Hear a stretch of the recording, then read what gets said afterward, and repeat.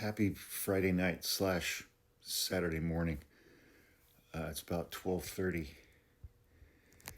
Something happened this week with me.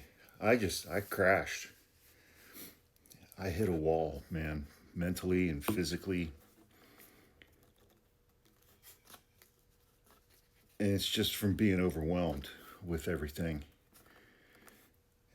And I just started not feeling good on Tuesday.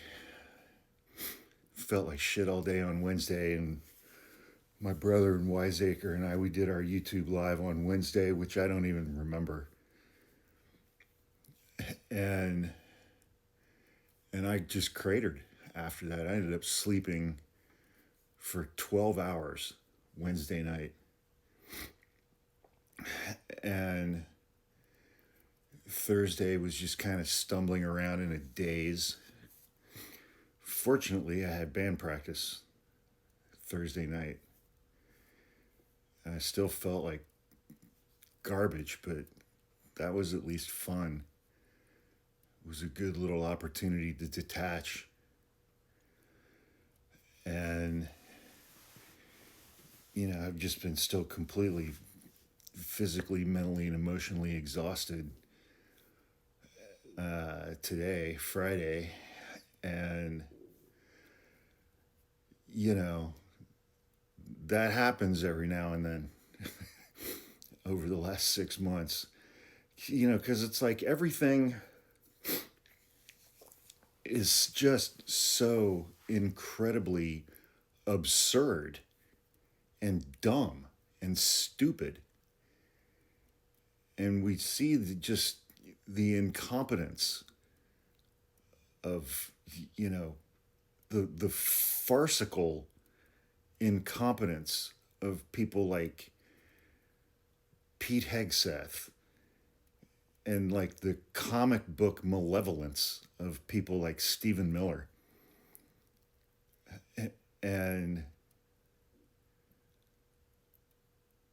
But it's also incredibly dangerous.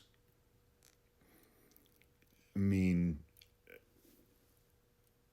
I know that David Brooks and I think it's Nick Kristof at the New York Times have both reported pretty extensively on just one thing: the impact of Elon and Trump doing away with USAID, international aid, to the poorest people around the globe. And I think Nick Kristof's estimates were that over the next decade, that's going to kill 3 or 4 million people. And I remember when those cuts were happening, and I wish I could remember who said it. I think it might have even been Bill Gates who said, the world's richest man is killing the world's poorest children for ego. And, we all see every day the ICE raids and the young men who were sent to Seacot prison, like Kilmar Abrego Garcia and Andre Jose Romero Hernandez, who thankfully have been released. But they were beaten and tortured for 4 months in complete violation of the law by this administration.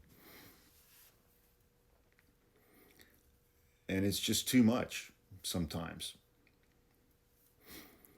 And that's what this past week was for me. It was just too much. And I'm not good at balancing things internally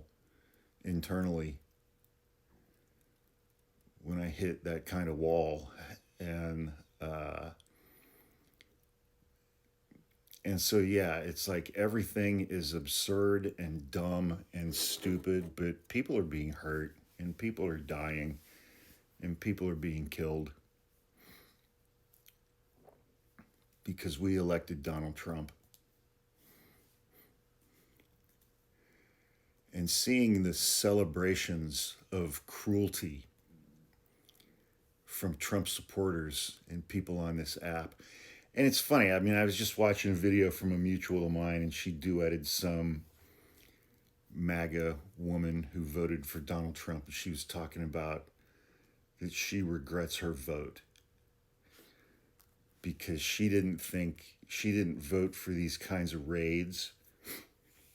She didn't think these kinds of raids were going to happen where she lived to people that she knew. And my mutual was like, yeah, you did. You knew that. And I left a comment saying that during the 2024 campaign, Trump's campaign literally printed signs and passed them out at his rallies. And the signs just said mass deportations. And the white people at Trump's rallies were holding up these signs that said mass deportations. You knew this is what was going to happen. He told you. You voted for this to happen. You just voted for it to happen to other people. And now we're in a space where we're seeing evangelical Christians willing to forgive child sex trafficking while still demonizing trans kids, while still demonizing the LGBTQ community who've committed no crimes, but you're forgiving child SA and sex trafficking of minors.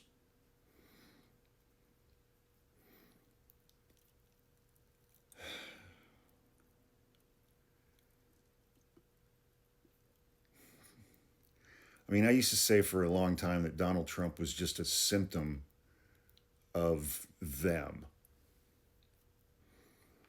And he got 77 million votes in the last election. And the things that he is doing now and has been doing for the last 6 months, that's what 77 million people in this country voted for. That's what they voted for. We'll see how they feel when his Medicaid cuts land and when his SNAP benefit cuts land and when ICE is so expanded and is operating their own network of private prisons that they expand their arrests well beyond immigrants, documented or otherwise. And Stephen Miller and Tom Homan have explicitly said your immigration status is not going to save you anymore. Meaning that people who are here legally, who came here legally, who are working their way through the immigration process legally, who are now being arrested at court when they show up for their hearings. It was never about immigration status. It is and always has been about ridding this country of brown people. It's just white supremacy. It's just garden variety fucking white supremacy. And restoring a turbocharged version of patriarchy with their attacks on DEI and colleges and universities and corporations, many of whom have bent the knee. Institutions of power and substance are bending the knee. And we're supposed to be the ones that fight back? It's all been incredibly depressing and demoralizing. And there are some weeks where it just gets to be too much. And this was one of those weeks. It's very hard to take care of yourself during this stuff. Incredibly difficult and challenging. I'm going to try. Please try for yourselves as well.